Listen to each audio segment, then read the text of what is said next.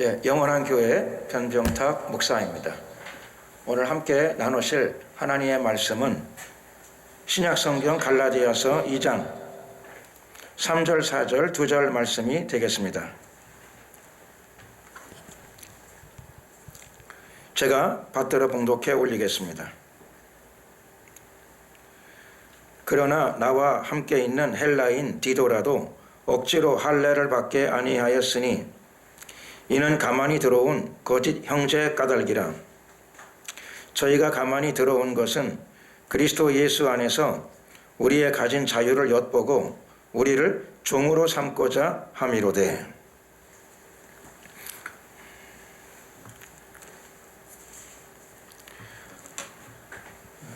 WCC의 급진 좌경화라고 하는 제목으로 함께 은혜의 말씀을 나누고자 합니다. 말씀으로 은혜 나누기에 앞서 잠시 제가 기도를 드리도록 하겠습니다. 은혜와 자비가 많으신 좋으신 우리 하나님 감사합니다. 오늘 이 마지막 때에 교회들 안에 들어와 있는 누룩에 대하여 우리가 함께 하나님 말씀을 근거로 해서 상고하는 시간을 갖고자 합니다. 마지막 때의 교회들이 깨어 일어나게 하여 주시옵시고 누룩을 털고 또 죄악된 것들을 털고 주님 앞에 돌아오게 하여 주시고 복음의 진리 아래로 돌아오게 하옵소서. 교회들이 새로워지게 하여 주시옵소서. 주님께서 이 시간을 온전히 주장하실 줄로 믿고 예수 그리스도의 이름으로 기도드렸습니다. 아멘. 아멘.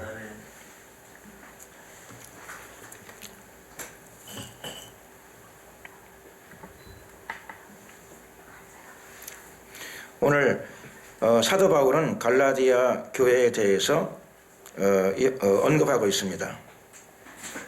그 갈라디아의 교회에 편지를 보내면서 사도 바울은 갈라디아 교회 안에 들어와 있는 문제점에 대해서 하나님 말씀을 근거로 해서 어떻게 이해하고 파악하고 대처해야 되는가라고 하는 것을 설명하고 있습니다. 갈라디아 교회 안에 어떤 일이 벌어졌는가 하면 거짓 형제들이 들어왔습니다. 거짓 형제들이 들어와서 어떤 일을 벌였습니까? 복음을 전하고 있는 교회 안에 그 누룩을 가지고 들어왔습니다. 거짓 형제들이 가지고 들어온 누룩은 어떤 것인가? 그 당시에서는 할례 문제를 거론을 했습니다. 그래서 예수 믿고 구원받은 사람이라 하더라도 할례를 지킬 적에 구원이 이루어진다. 할례의 중요성을 언급하고 구원에 대한 조건으로서 할례를 내걸었습니다. 그래서 사도 바울이 이것이 옳지 않은 내용이라고 하는 것을 오늘 밝히고 있습니다. 그것은 거짓 형제들이 가지고 온 주장이다. 그리고 그것은 그들이 왜 그런 주장을 하는가 하면은 그리스도인들이 가지고 있는 자유, 예수님 안에서 성령의 은혜로 주어진 자유를, 하나님이 부여하신 자유를 탐내고 엿보고 그것을 빼앗고 반대로 자유가 아니라 종을 삼고자 합니다. 라고 하는 그들이 의도를 드러내고 있습니다. 그래서 그런 잘못된 복음을 벗어난 잘못된 주장에 대해서 적극적으로 대처하고 하나님이 우리에게 주신 자유, 그 자유를 그리스도인들이 지킬 것을 명령하고 있습니다. 물론 이것은 초대교회 시절에 일어났던 문제입니다. 그러면 당연히 우리가 생각할 것은 오늘날에는 교회 안에 거짓 형제가 없는가라고 하는 우리가 의문을 가져야 될 것입니다. 물론 여러 가지 잘못된 주장이 많이 있을 수 있고요. 또 오늘 언급드리고자 하는 내용은 굉장히 중요하고 보편적인 내용입니다. 즉 전 세계 교회의 한 50% 이상이 가입되고 있는 WCC 안에 성경에 대해서 근본적으로 벗어난 잘못된 주장, 이 주장을 가지고 들어온 거짓 형제들은 없는가라고 하는 내용입니다. 물론 오늘 말씀에 이 내용을 언급을 했다는 얘기는 분명히 그런 주장이 있다는 뜻이겠죠. 물론 그런 주장들은 오늘날 이 말세 교회 가운데 굉장히 다양하고 많습니다. 종류가 굉장히 많습니다. 그러나 가장 대표적인 것 중에 하나, 즉 오늘날 전 세계 교회 50% 이상이 참여하고 있는 WCC 안에 이런 주장은 어떤 것이 있으며 그 거짓 형제들의 주장은 어떤 것이며 과연 그들은 왜 교회 안에 이런 노력을 퍼뜨렸을까라고 하는 내용입니다. WCC는 보통 6년에서 7년마다 총회를 개최합니다. 그러면서 그 노력을 조금씩 퍼뜨렸습니다. 이 노력을 누가 퍼뜨렸는가? 형제들이죠. 물론 거짓 형제들입니다. 그리고 그들의 배후에는 누가 있는가? 라고 하는 것을 우리가 몇 가지 좀 살펴보고자 합니다. WCC 1차 총회 때부터 처음부터 이 일들은 벌어지기 시작했습니다. 제가 오늘 이 말씀을 드리기 전에 많은 사람들이 WCC에 대해서 상당 부분을 알고 있습니다. WCC 그러면 가장 대표적으로 우리가 생각할 수 있는 것은 종교 다원주의 혹은 종교 혼합주의입니다. 종교 다원주의, 종교 혼합주의가 이렇게 WCC 안에 가득하게 된 데에는 중요한 명분이 있죠. 그것은 다름이 아니라 평화입니다. 평화롭게 지내자. 마지막 때는 평안하다 안전하다 할 그때에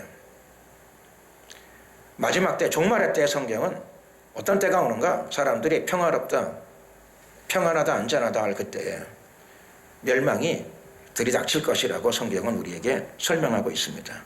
즉 마귀는 평화를 이용한다는 것이죠. 마귀가 이용하는 가장 대표적인 명분 평화입니다. 교회 안에도 거짓 형제들이 침투할 적에 평화를 앞에 내걸고 침투했다는 것입니다. 제1차 총회 때 거짓 형제들이 어떻게 침투했는가? 소련의 스탈린의 사주를 받았다는 것입니다. 소련 스탈린은 1947년도 9월 바르샤바에서 서방교회 침투 전략을 세웠습니다.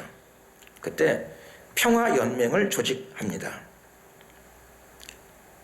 그리고 48년도 8월 WCC 1차 총회에 약 60명에서 70명의 동유럽 공산국가 정보요원들을 침투시킵니다.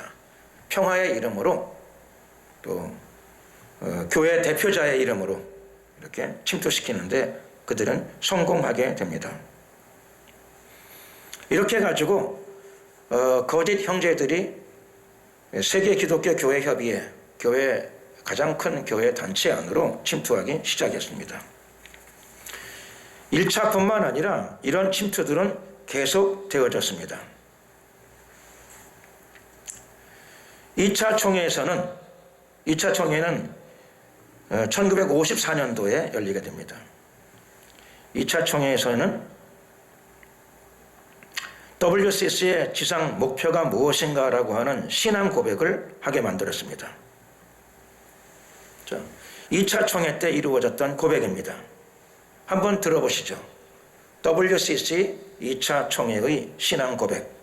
여기에 이것이 중요한 이유는 여기에 WCC의 목표를 드러냈기 때문입니다. 기독교 교회 협의회의 목표. 이렇습니다. 세상의 모든 악을 퇴치시키기 위한 사회주의 건설이 WCC의 지상 목표이다. 여러분, 사회주의 건설이 교회의 목표입니까? 교회의 목표는 뭐죠? 교회의 목표는 복음의 전파와 영혼의 구원에 있습니다. 교회의 목표는 예수님이 말씀하신 하나님 나라의 건설이 교회의 목표입니다. 그런데 2차 총회에서 신앙 고백의 내용으로 세상의 모든 악을 퇴치시키기 위한 사회주의 건설이 WCC의 지상 목표이다. 이것은 결국 스탈린의 평화 공존 결의안을 지지하는 내용입니다.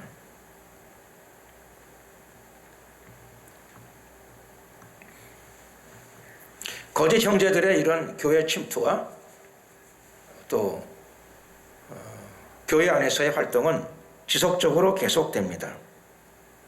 3차 총회에서도 이런 활동, 이런 침투는 계속되고 있습니다. WCC 3차 총회, 이때는 1961년도입니다.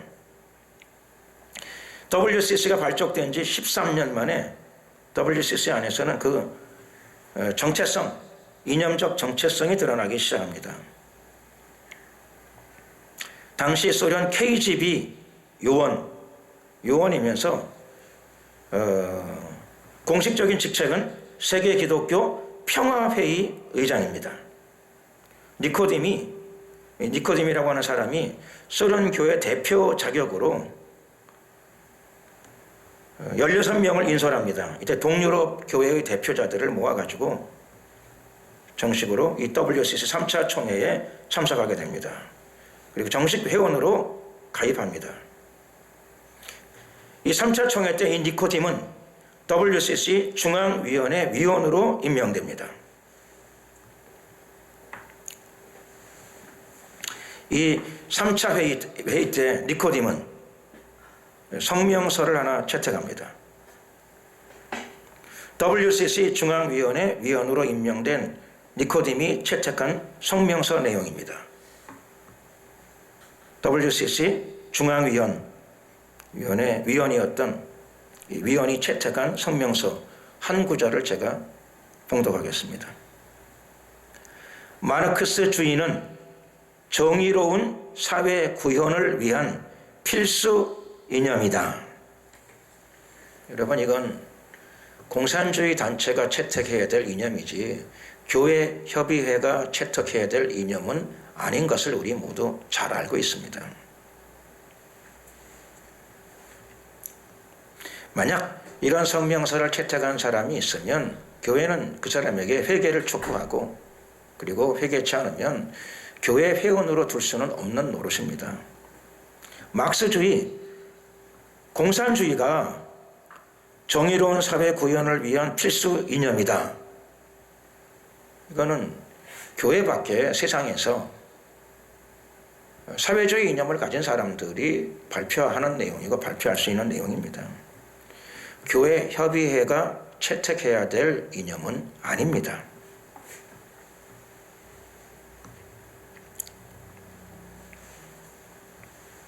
그런데 WCC는 이것을 그대로 용납합니다. 그래서 WCC는 용공주의라고 하는 이런 비판을 피할 수 없게 되었습니다.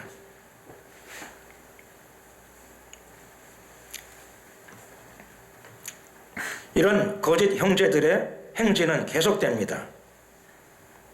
4차 총회 당시 필립포터는 후에 WCC 총무직에 오른 사람입니다.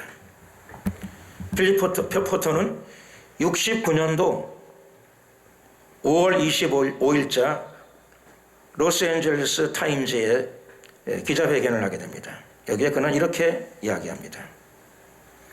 WCC는 만일 폭력이 정치적, 경제적 독재를 전복하는 최후의 수단이라면 그 폭력을 지원해야 된다.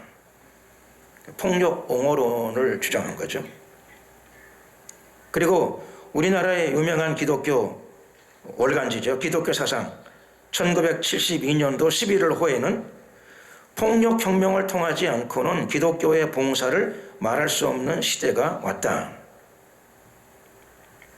이러한 공산혁명 과업을 교회가 본받아야 한다. 여러분, 교회가 무엇을 본받아야 됩니까? 교회가 예수 그리스도의 말씀과 그분의 언행을 본받는 것이 참 교회입니다. 아멘. 그런데 필립포터는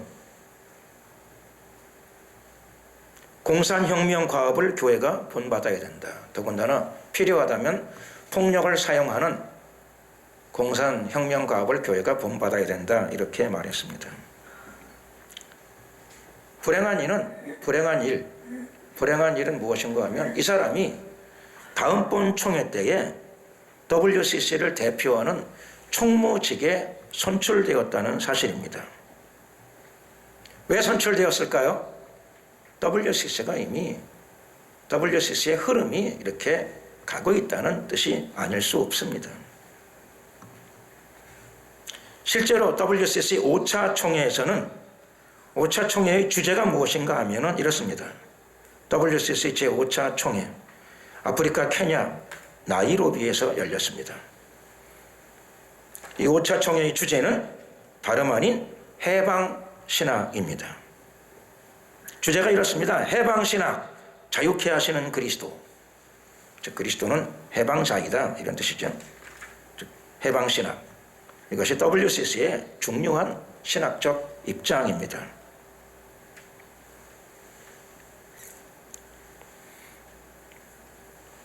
이 5차 WCC 총회 때에 조금 전에 말씀드렸던 니코딤, 막스주의, 공산주의는 정의로운 사회 구현을 위한 필수 이념이다 라고 하는 성명서를 채택한 이 사람이 이때 WCC 의장에 당선됩니다.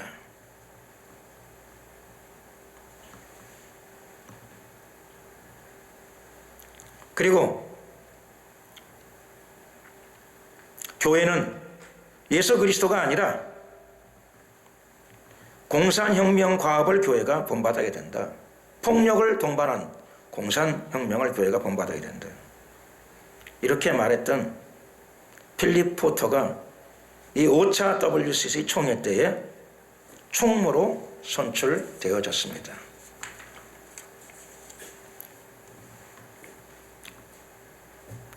이 5차 총회 신앙 고백서에는 마르크스 게릴라 운동을 공식 승인했습니다. 그리고 여기서는 사회주의는 지상에 하나님의 왕국을 실현하는 첩경이라 이렇게 선언도 했습니다. 이 땅의 그리스도인 여러분, 사회주의, 공산주의가 이 땅에 하나님의 왕국을 실현하는 첩경입니까? 이렇게 믿는 사람들을 우리는 공산주의자라고 부릅니다.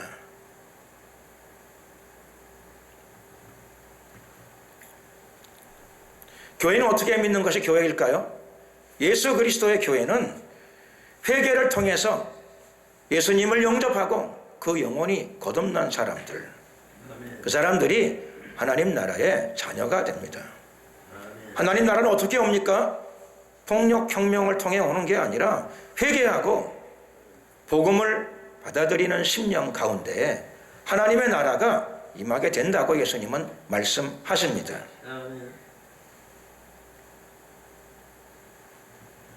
교회 회의 안에, 교회 협의회 안에 복음이 아니라 거짓 형제들이 들어왔고 그들이 누룩, 공산주의와 사회주의를 교회 협의회 안에 심어놓기 시작했습니다.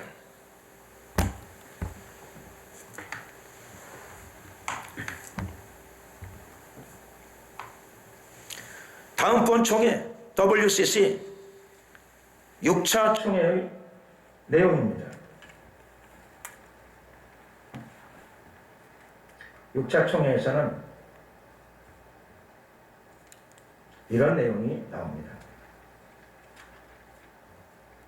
특별히 여기서는 한국에 대한 그 내용도 언급되어 있습니다.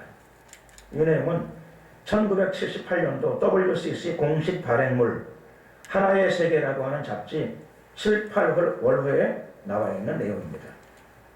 여기에서 이렇게 주장합니다.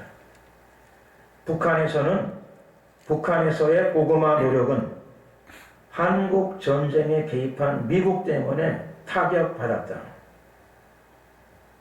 하나 더 말씀드리겠습니다. 북한의 국가 종교에서 김일성은 예언자적 제사장 역할을 하고 있다. 하나만 더 말씀드리겠습니다. 북한은 물질적 사회적 발전은 의심할 나위가 없으며 아시아에서는 그 유례가 없다. 북한이 지상낙원이라는 거죠.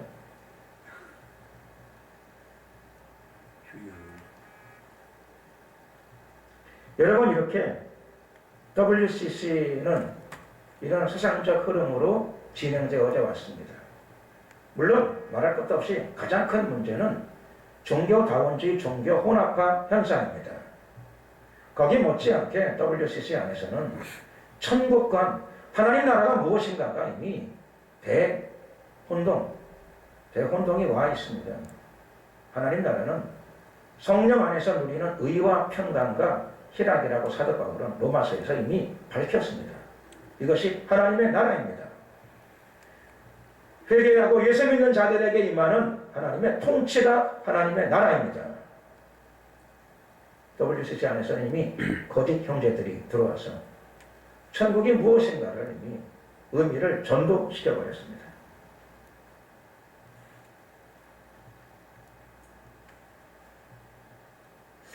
어떻게 보면 놀랄 일도 아닙니다.